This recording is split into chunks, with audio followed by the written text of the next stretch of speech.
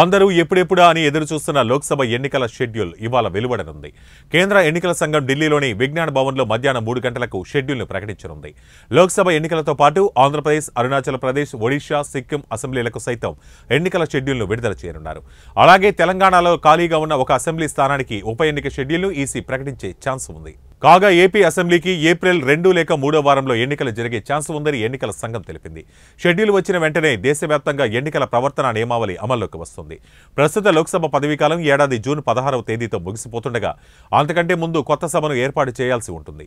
గత లోక్సభ ఎన్నికల షెడ్యూల్ను 2019 మార్చి 10న వెల్లడించారు. దీంతో ఏప్రిల్ 11 నుంచి 7 దశల్లో ఎన్నికలు కొనసాగాయి. మే 23న ఫలితాలు వచ్చాయి. అయితే ఈసారి 4 నుంచి 5 దశల్లోనే లోక్సభ ఎన్నికలను పూర్తి చేయాలని కేంద్ర ఎన్నికల సంఘం భావిస్తోంది. దేశవ్యాప్తంగా 97 కోట్ల మంది ఓటర్లు ఉండగా సార్వత్రిక ఎన్నికల కోసం 12 లక్షలకు పైగా పోలింగ్ కేంద్రాలను ఈసీ ఏర్పాటు చేయబోతోంది.